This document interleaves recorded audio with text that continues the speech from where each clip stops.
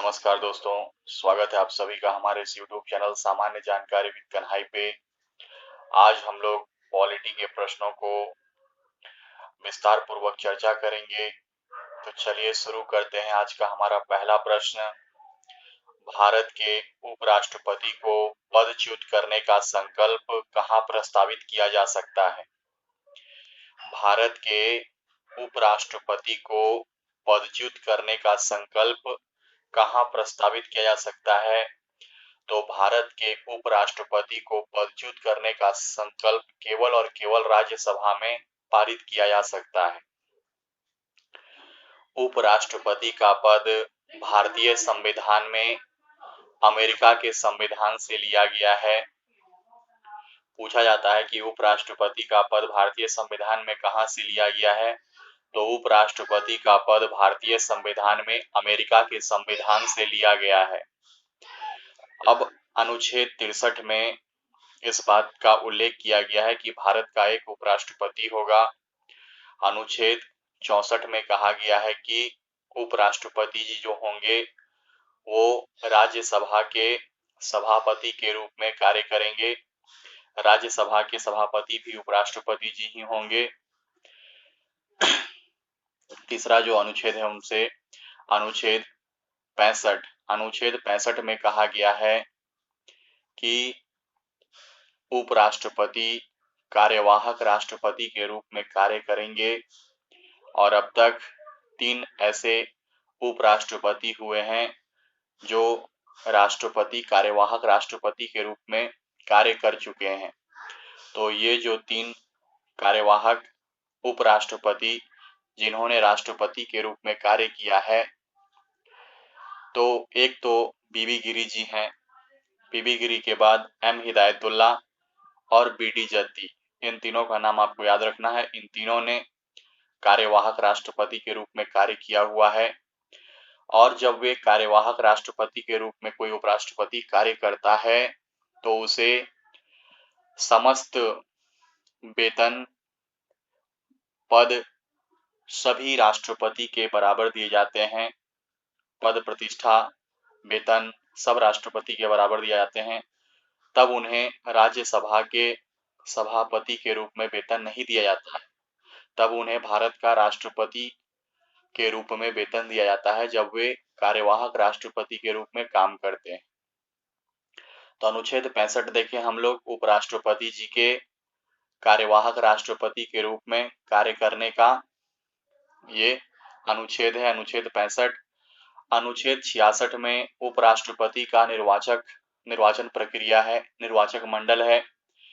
तो इसमें उपराष्ट्रपति जी के चुनाव में लोकसभा एवं राज्यसभा दोनों के कुल सदस्य इस चुनाव में हिस्सा लेते हैं, चाहे वो मनोनीत हो या निर्वाचित।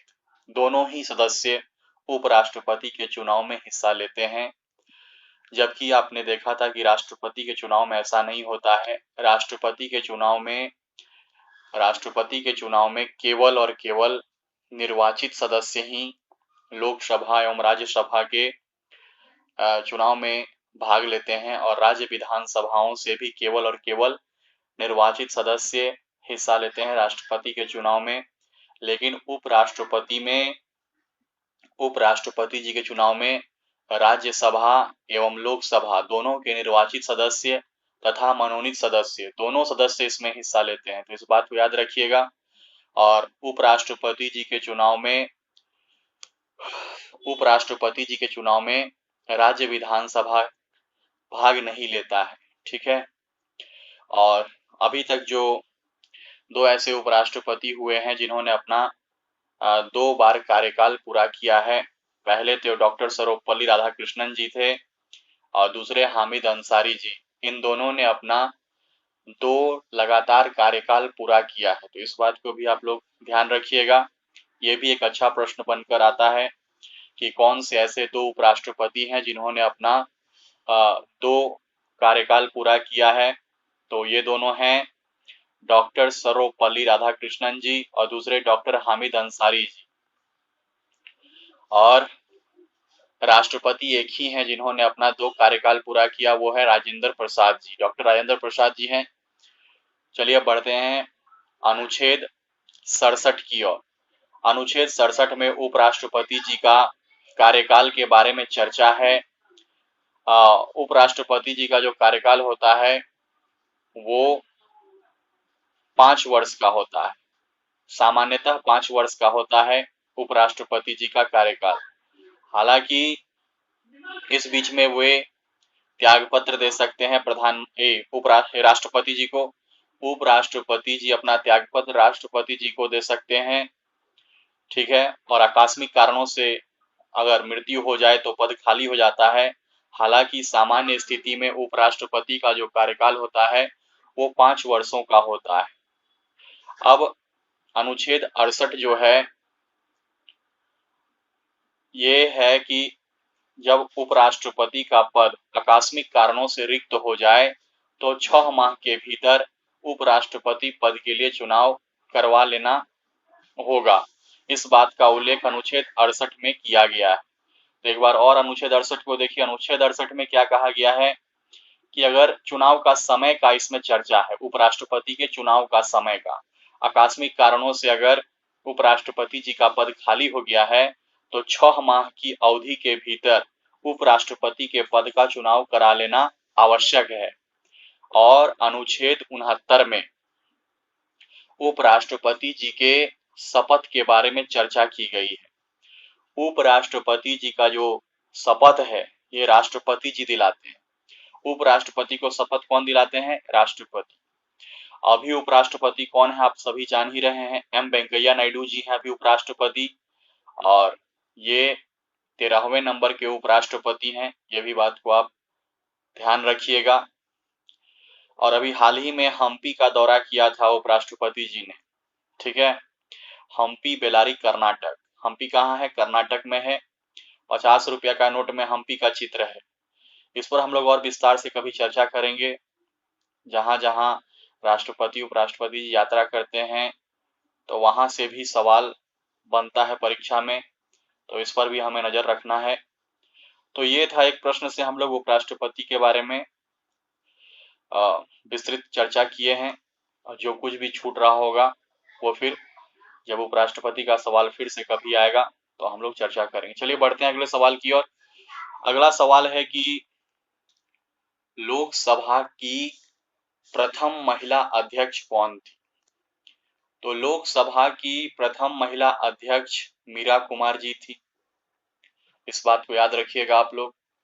लोकसभा के जो अध्यक्ष का चर्चा किया गया है संविधान में, ये अनुच्छेद 93 में किया गया है। और अभी 17वीं लोकसभा का कार्यकाल चल रहा है और वर्तमान में लोकसभा के अध्यक्ष जो हैं ये ओम बिरला जी हैं। और ओम बिरला कोटा से सांसद हैं। तो प्रथम महिला लोकसभा अध्यक्ष पूछा गया है तो इसका उत्तर मीरा कुमार हो जाएगा।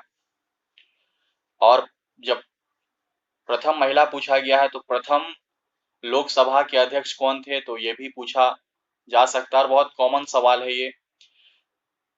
गणेश वासुदेव मावलंकर जी जो हैं, गणेश वासुदेव मावलंकर जी ये लोकसभा के प्रथम अध्यक्ष थे। तो इसे भी आप याद रखिएगा। पहले अध्यक्ष कौन थे? गणेश वासुदेव मावलंकर। और इन पर अविश्वास प्रस्ताव भी, पहले ये ऐसे लोकसभा के स्पीकर हैं जिनके ऊपर अविश्वास प्रस्ताव भी लाया गया था, ठीक है। तो इस बात को भी आप याद रखिएगा। अनुच्छेद 93 में लोकसभा के अध्यक्ष एवं उपाध्यक्ष की चर्चा की गई है, ठीक है। अभी लोकसभा के महासचिव जो हैं ये उत्पल कुमार सिंह हैं। और अनुच्छेद 79 में संसद की चर्चा है, 80 में राज्यसभा की चर्चा है और 81 में लोकसभा की चर्चा है। तो बढ़ते हैं अब अगले प्रश्नों की ओर। जब अगला सवाल जो है ये पूछा जा रहा है कि जब न्यायिक पद्धति में पीआईएल का कॉन्सेप्ट लाया गया, लोकहित मुकदमा, उस समय भारत के मुख्य न्यायाधीश कौन थे?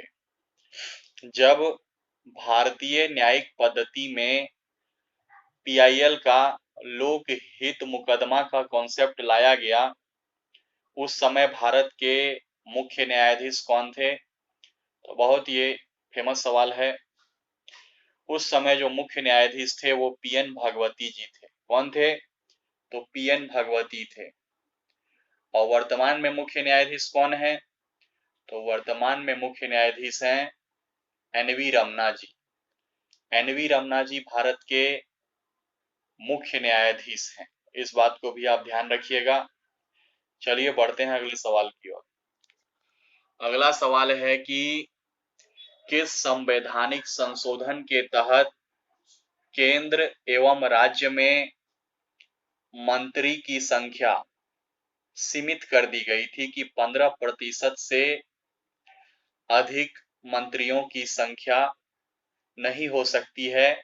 इस बात का उल्लेख किस संवैधानिक संशोधन के तहत किया गया था, केंद्र और राज्य दोनों के लिए? तो इसका उत्तर हो जाएगा 91वां संवैधानिक संशोधन अधिनियम 2003 के द्वारा यह प्रावधान किया गया था कि केंद्र में लोकसभा के कुल सदस्य संख्या का 15% से अधिक मंत्री की संख्या नहीं होगी।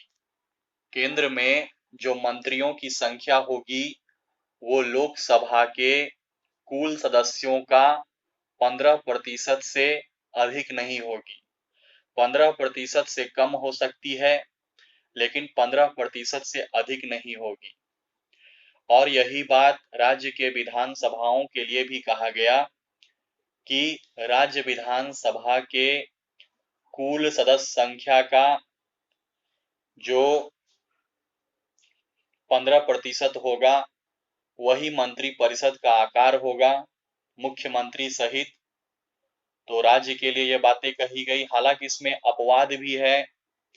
वैसे राज्य जहां पे विधानसभा में सदस्यों की संख्या 60 से कम है तो वहां अधिकतम 12 मंत्री मुख्यमंत्री सहित बनाए जा सकते हैं। तो ये अपवाद को भी आपको याद रखना है। जैसे गोवा हो गया, सिक्किम हो गया, मिजोरम हो गया। तो इन सभी राज्यों में जो विधानसभा की सीटें हैं वो 60 से कम है। तो इस बात का प्रावधान किया गया है कि जहां सीटों की संख्या विधानसभा में 60 से कम है वहां मंत्रियों की संख्या 15% नहीं बल्कि अधिकतम 12 हो सकती है, मुख्यमंत्री सहित। तो चलिए बढ़ते हैं अब अगले सवाल की ओर। दोस्तों, अगला सवाल जो पूछा गया है वो ये है कि अनुसूचित क्षेत्रों का प्रशासन और नियंत्रण के बारे में उपबंध किस अनुसूची में किया गया है? तो अनुसूचित क्षेत्रों का प्रशासन और नियंत्रण के बारे में जो उपबंध किया गया है ये संविधान की 5वीं अनुसूची में किया गया है। ठीक है, संविधान के 5वीं अनुसूची में अनुसूचित क्षेत्रों का प्रशासन एवं नियंत्रण का उपबंध किया गया है। और वर्तमान में 10 राज्य ऐसे हैं जहां के अनुसूचित क्षेत्रों का प्रशासन अनुसूची 5 के तहत किया जा रहा है। तो कभी कभी ये सवाल आपसे पूछ सकता है करंट से जोड़कर कि अनुसूची 5 के तहत अभी कितने राज्यों का प्रशासन, अनुसूचित क्षेत्रों का प्रशासन कितने राज्यों में अनुसूची 5 के तहत किया जा रहा है? तो अभी इसमें 10 राज्य ऐसे हैं जहां के अनुसूचित क्षेत्रों का प्रशासन अनुसूची 5 के तहत किया जा रहा है। और अनुसूची 6 में आप जान ही रहे हैं कि 4 राज्यों के अनुसूचित जाति जनजाति क्षेत्रों का प्रशासन किया जा रहा है। ये 4 राज्य हैं असम, मेघालय, मिजोरम और त्रिपुरा। इन 4 राज्यों को एक बार फिर से सुनिएगा, असम, मेघालय, मिजोरम, त्रिपुरा। तो अनुसूची 6 में खासकर ये 4 राज्यों के बारे में अनुसूचित क्षेत्रों के प्रशासन और नियंत्रण के लिए उपबंध किया गया है। और अनुसूची 5 में पूरे देश भर के अनुसूचित क्षेत्रों के प्रशासन और प्रबंधन के बारे में उपबंध किया गया है, जिसमें वर्तमान में 10 राज्यों में अभी ये लागू है। तो सवाल यहाँ से बन सकता है, तो इसको अच्छे से आप ध्यान रखिएगा। और जान रहे हैं कि मूल रूप से हमारे संविधान में 8 अनुसूचियों का उल्लेख था और बाद में विभिन्न संशोधनों के माध्यम से अनुसूचियों की संख्या बढ़ती चली गई और वर्तमान में भारतीय संविधान में 12 अनुसूचियों का उल्लेख है। तो चलिए अब बढ़ते हैं अगले सवाल की ओर। अगला सवाल जो है वो पूछ रहा है कि मौलिक अधिकारों के अंतर्गत कौन सा अनुच्छेद बच्चों के शोषण से संबंधित है। तो मौलिक अधिकार के अंतर्गत आप जान रहे हैं अनुच्छेद 24 में बच्चों के शोषण से संबंधित जानकारियों के बारे में बताया गया है। अनुच्छेद 24 में बच्चों के शोषण से संबंधित बातों का उल्लेख है। और मौलिक अधिकार आप जान रहे हैं कि भारतीय संविधान का भाग 3 में मौलिक अधिकारों का उल्लेख है। मौलिक अधिकार भारतीय संविधान का मैग्ना कार्टा कहा जाता है। मैग्ना कार्टा मतलब होता है अधिकार पत्र। तो भारतीय संविधान का मैग्ना कार्टा भाग 3 मौलिक अधिकार को कहते हैं। और मौलिक अधिकार जो होते हैं वो हमें जन्म से ही प्राप्त हो जाते हैं।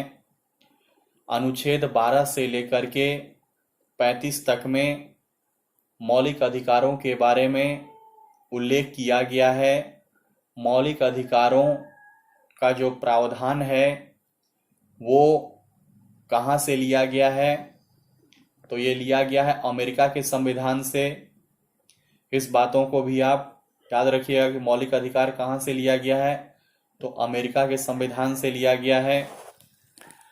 और मूल रूप से संविधान में 7 मौलिक अधिकारों का उल्लेख था, लेकिन संपत्ति के अधिकार को मौलिक अधिकार की श्रेणी से हटाकर वैधानिक अधिकार, कानूनी अधिकार, लीगल अधिकार के दायरे में ला दिया गया।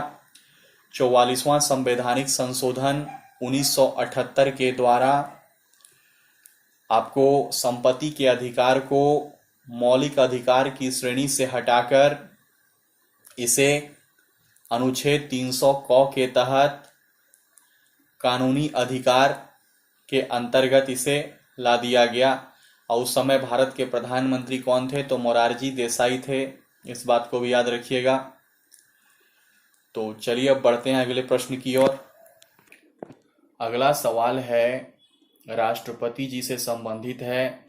पूछा गया है कि राष्ट्रपति किस अनुच्छेद के तहत राष्ट्रपति को ये अधिकार दिया गया है कि वह किसी बिल पर अपनी अनुमति को रोक ले। किस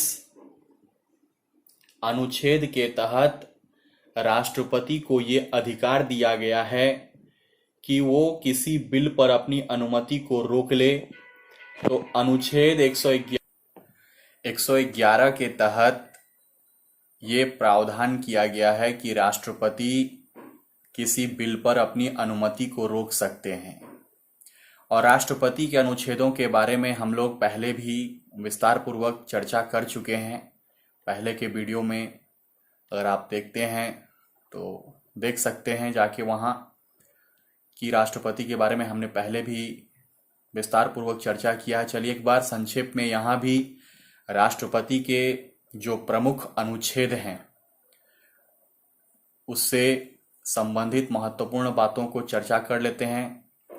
तो अनुच्छेद 52 में ये कहा गया है कि भारत का एक राष्ट्रपति होगा और भारत के राष्ट्रपति का जो पद है ये ब्रिटेन के संविधान से लिया गया है। राष्ट्रपति की निर्वाचन प्रक्रिया ये अमेरिका के संविधान से लिया गया है। राष्ट्रपति का निर्वाचक मंडल आयरलैंड के संविधान से लिया गया है और राष्ट्रपति पर महाभियोग की प्रक्रिया ये अमेरिका के संविधान से लिया गया है। तो सबसे पहले राष्ट्रपति से संबंधित इन 4 बातों को आपको ध्यान रखना है कि राष्ट्रपति का पद ब्रिटेन के संविधान से, और वहीं हम लोग उपराष्ट्रपति के बारे में देखे थे कि उपराष्ट्रपति का पद कहाँ से लिया गया था, तो उपराष्ट्रपति का पद अमेरिका के संविधान से और राष्ट्रपति का पद ब्रिटेन के संविधान से। राष्ट्रपति की निर्वाचन प्रक्रिया अमेरिका के संविधान से, राष्ट्रपति का निर्वाचक मंडल आयरलैंड के संविधान से और राष्ट्रपति पर महाभियोग की प्रक्रिया अमेरिका के संविधान से। अनुच्छेद 52 में कहा गया है कि भारत का एक राष्ट्रपति होगा। अनुच्छेद 53 में कहा गया है कि राष्ट्रपति कार्यपालिका का प्रधान होंगे, लेकिन केवल नाम मात्र के औपचारिक प्रधान होंगे। वास्तविक प्रधान कार्यपालिका के प्रधानमंत्री जी होते हैं।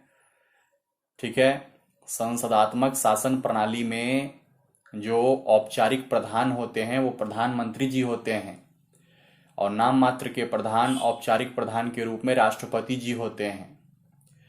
54 में राष्ट्रपति जी के निर्वाचन प्रक्रिया से संबंधित प्रावधान है कि राष्ट्रपति का जो निर्वाचन में कौन कौन भाग लेते हैं, तो लोकसभा एवं राज्यसभा के निर्वाचित सदस्य भाग लेते हैं, राज्य की विधानसभाओं के निर्वाचित सदस्य भाग लेते हैं और 70वां संवैधानिक संशोधन के तहत दिल्ली और पुदुचेरी के विधानसभाओं के निर्वाचित सदस्यों को भी अधिकार दिया गया था राष्ट्रपति के चुनाव में मतदान करने का।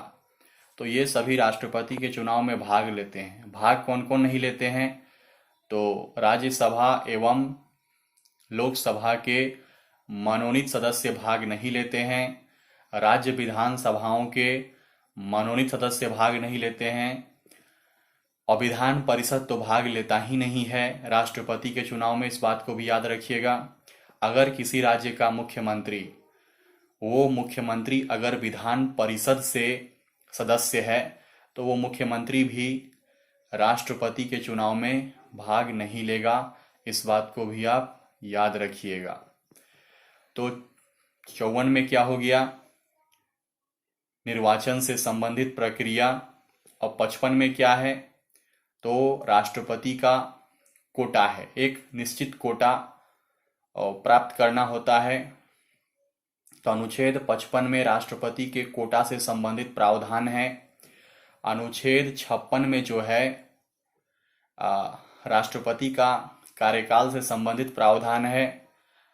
हालांकि राष्ट्रपति का जो सामान्यतः कार्यकाल होता है वो शपथ की तिथि से 5 वर्षों का होता है, लेकिन बहुत सारे ऐसे सिचुएशन हैं जहां राष्ट्रपति पहले भी अपने पद से पदमुक्त हो सकता है, स्वेच्छा से वो त्यागपत्र दे सकता है, आकस्मिक मृत्यु हो सकती है, लेकिन सामान्यतः 5 वर्षों का कार्यकाल होता है।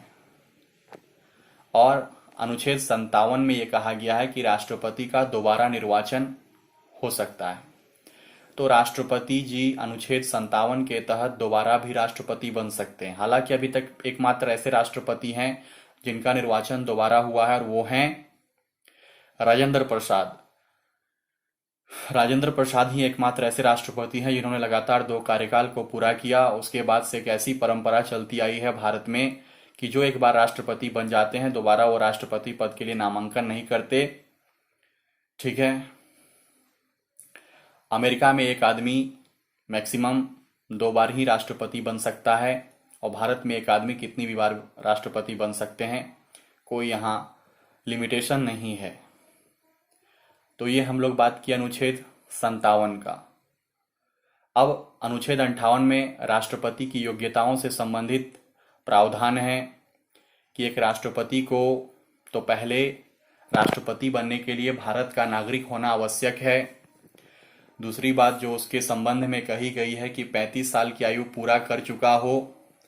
तीसरी बात लोकसभा के सदस्य बनने की योग्यता रखता हो। ठीक है। और चौथी बात, कोई लाभ के पद पर नहीं हो। अगर पहले से राष्ट्रपति है, उपराष्ट्रपति हैं, संसद का सदस्य हैं, तो ये सभी लाभ का पद नहीं समझा जाएगा। ठीक है, ये सब लाभ का पद नहीं होता है। कोई राष्ट्रपति रहते हुए भी राष्ट्रपति का चुनाव लड़ सकते हैं, क्योंकि राष्ट्रपति कोई लाभ का पद नहीं समझा जाएगा। ये तो देश का सेवा के लिए पद है। अब अनुच्छेद हम लोग 58 में योग्यता देख ही लिए। अब 59 में राष्ट्रपति की क्या क्या दशाएं होनी चाहिए, शर्त क्या क्या है। तो वो पागल नहीं होना चाहिए, दिवालिया नहीं होना चाहिए। ठीक है, 15,000 रुपया का जमानत राशि जमा करना पड़ता है आरबीआई के समक्ष जाकर। आरबीआई बैंक में 15,000 रुपये की जमानत राशि जमा करनी पड़ती है। 50 अनुमोदक, 50 प्रस्तावक होने चाहिए राष्ट्रपति के पद के लिए खड़ा होने के लिए। तो ये सभी शर्तें हैं, दशा है। राष्ट्रपति जी के शपथ का उल्लेख अनुच्छेद 60 में किया गया है। और राष्ट्रपति को शपथ कौन दिलाते हैं? तो राष्ट्रपति को शपथ दिलाते हैं उपराष्ट्रपति।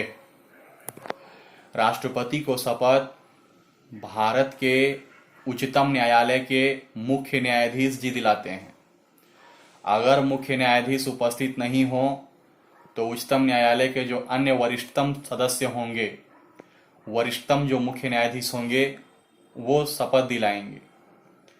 तो याद रखिएगा कि राष्ट्रपति को शपथ कौन दिलाते हैं? तो उच्चतम न्यायालय के मुख्य न्यायाधीश।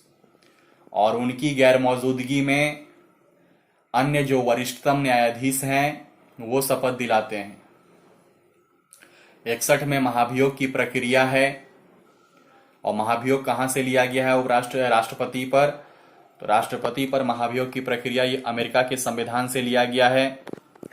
अनुच्छेद 123 के तहत अध्यादेश जारी करने का अधिकार राष्ट्रपति जी को दिया गया है। ठीक है। और 143 में उच्चतम न्यायालय से वो किसी विधि के मसले पर कुछ सलाह मांग सकते हैं। तो ये सभी इम्पोर्टेंट अनुच्छेद हैं राष्ट्रपति जी से, जिनका हम लोग एक बार फिर से रिवीजन कर लिए हैं। चलिए बढ़ते हैं अगले प्रश्न की ओर। अगला सवाल है कि संविधान में मूल रूप से मौलिक कर्तव्यों की संख्या कितनी थी? संविधान में मूल रूप से मौलिक कर्तव्यों की संख्या कितनी थी? तो इसका उत्तर होगा 0 थी। बहुत बच्चे इसमें 10, कोई 11 मार देता है। लेकिन मौलिक कर्तव्य मूल रूप से 0 था, क्योंकि मौलिक कर्तव्य मूल संविधान का हिस्सा नहीं था। मौलिक कर्तव्य को रूस के संविधान से लिया गया है और इसे 42वें संवैधानिक संशोधन 1976 के द्वारा सरदार स्वर्ण सिंह समिति की सिफारिश पर भारतीय संविधान में जोड़ा गया है। भाग 4 क में अनुच्छेद 51 क के तहत पहले 10 मौलिक कर्तव्यों को जोड़ा गया और बाद में जो 11वां मौलिक कर्तव्य 86वां संवैधानिक संशोधन 2002 द्वारा 11वां मौलिक कर्तव्य जोड़ा गया। अगर भारतीय नागरिक को नागरिक होने के लिए मौलिक अधिकार दिए जाते हैं तो उसी नागरिक को देश के प्रति कुछ कर्तव्यों का निर्वहन करना भी आवश्यक समझा गया। और इसी के चलते स्वर्ण सिंह समिति की सिफारिश पर 42वां संवैधानिक संशोधन के तहत वर्ष 1976 में संवैधानिक संशोधन के माध्यम से मौलिक कर्तव्य का प्रावधान किया गया। भाग 4 क के अंतर्गत इसे जोड़ा गया। अनुच्छेद 51 क के तहत 10 मौलिक कर्तव्यों को और फिर 11वां 86वां संवैधानिक संशोधन 2002 के द्वारा जोड़ा गया। तो इन सभी बातों को याद रखिएगा। बढ़ते हैं अब अगले सवाल की ओर। अगला सवाल जो है वो है कि यूनिफॉर्म सिविल कोड, समान नागरिक संहिता का जो उल्लेख है यह किस अनुच्छेद में किया गया है? तो समान नागरिक संहिता एक समान कानून, समान नागरिक संहिता की जो चर्चा है वो अनुच्छेद 44 में किया गया है। डीपीएसपी के तहत भाग 4 में अनुच्छेद 44 में यूनिफॉर्म सिविल कोड, समान नागरिक संहिता की चर्चा की गई है। और भारत का भी एकमात्र राज्य ऐसा है जहां पर यूनिफॉर्म सिविल कोड लागू है। और वो राज्य कौन सा है? तो वो राज्य है गोवा। गोवा की राजधानी जान रहे हैं आप लोग? पणजी। और गोवा के अभी जो मुख्यमंत्री जी हैं प्रमोद सावंत जी हैं। और राज्यपाल कौन है? तो पीएस श्रीधरन पिल्लई हाल ही में गोवा के राज्यपाल बनाए गए हैं। और गोवा रेबीज से मुक्त होने वाला पहला राज्य है। ठीक है, तो बढ़ते हैं अगले सवाल की ओर। अगला सवाल है कि देशी रियासतों का एकीकरण का श्रेय किसे जाता है? तो ये सवाल तो बहुत साधारण सा सवाल है कि देशी रियासतों का जो एकीकरण का श्रेय जाता है ये सरदार वल्लभ भाई पटेल जी को ही जाता है। देशी रियासतों को भारत से जोड़ने का काम सरदार वल्लभ भाई पटेल जी ने किया। उन्होंने देशी रियासतों का भारत में विलय करवाया, सबको एक किया। इसीलिए भारत का बिस्मार्क सरदार वल्लभ भाई पटेल जी को कहा जाता है। और भारत के लौह पुरुष के रूप में भी उनको जाना जाता है, सरदार वल्लभ भाई पटेल को। और सरदार वल्लभ भाई पटेल के ही जन्म दिवस के अवसर पर 31 अक्टूबर 2019 को जम्मू कश्मीर को विघटित करके 2 अलग अलग केंद्र शासित प्रदेश के रूप में विभाजित किया गया। और जम्मू कश्मीर अनुच्छेद 239A के तहत विधायी केंद्र शासित प्रदेश बना, जहां पर विधानसभा का भी प्रबंध किया गया है, मतलब वहां विधानसभा भी होगा। और ऐसा वो तीसरा केंद्र शासित प्रदेश बन गया है पुदुचेरी और दिल्ली के बाद, जो केंद्र शासित होने के बावजूद भी वहां पर अपना विधानसभा होगा। अनुच्छेद 239A के तहत जम्मू कश्मीर क्या बन गया है? तो केंद्र शासित प्रदेश बन गया है। और लद्दाख अनुच्छेद 239 के तहत केंद्र शासित प्रदेश बन गया है। और अभी जो वहां उपराज्यपाल हैं वो कौन है? तो राधा कृष्ण माथुर जी जो हैं ये लद्दाख के उपराज्यपाल हैं। और मनोज सिन्हा जो हैं ये जम्मू कश्मीर के उपराज्यपाल हैं। हालांकि मनोज सिन्हा से पहले गिरीश चंद्र मुर्मू जम्मू कश्मीर के उपराज्यपाल थे, जो जम्मू कश्मीर के प्रथम उपराज्यपाल भी हुए। और वर्तमान में गिरीश चंद्र मुर्मू भारत के नियंत्रक एवं महालेखा परीक्षक के रूप में हैं, कंट्रोलर एंड ऑडिटर जनरल के रूप में वो कार्य कर रहे हैं। कैग का चर्चा भारतीय संविधान में अनुच्छेद 148 में किया गया है। अनुच्छेद 148 से लेकर के अनुच्छेद 151 के तहत सभी बातें भारत के नियंत्रक एवं महालेखा परीक्षक के बारे में की गई है। तो चलिए बढ़ते हैं। और सरदार वल्लभ भाई पटेल जी से एक उनका कांग्रेस अधिवेशन को लेकर के सवाल पूछ लेता है कि 1931 के कराची अधिवेशन की अध्यक्षता किसने की थी? तो 1931 के कराची अधिवेशन की अध्यक्षता सरदार वल्लभ भाई पटेल ने ही की थी। और सरदार वल्लभ भाई पटेल 1928 में बारदोली सत्याग्रह से भी संबंधित हैं सरदार वल्लभ भाई पटेल, तो ये भी बात को याद रखिएगा। और मोटेरा स्टेडियम का नाम बदल के पहले सरदार वल्लभ भाई पटेल स्टेडियम रखा गया था और बाद में सरदार वल्लभ भाई पटेल के नाम से बदल कर रख दिया गया नरेंद्र मोदी स्टेडियम, मोटेरा का स्टेडियम। और 1,10,000 क्षमता है इस स्टेडियम का बैठने का, तो इसको भी याद रखिएगा। और भी बहुत सारी बातें हैं सरदार वल्लभ भाई पटेल की, जैसे कि उनका जो प्रतिमा बना है गुजरात के केवड़िया शहर में नर्मदा नदी के तट पर, राम सुतार उसके वास्तुकार थे, स्टैचू ऑफ यूनिटी उसको बोलते हैं, ठीक है। तो इसको भी ध्यान रखिएगा।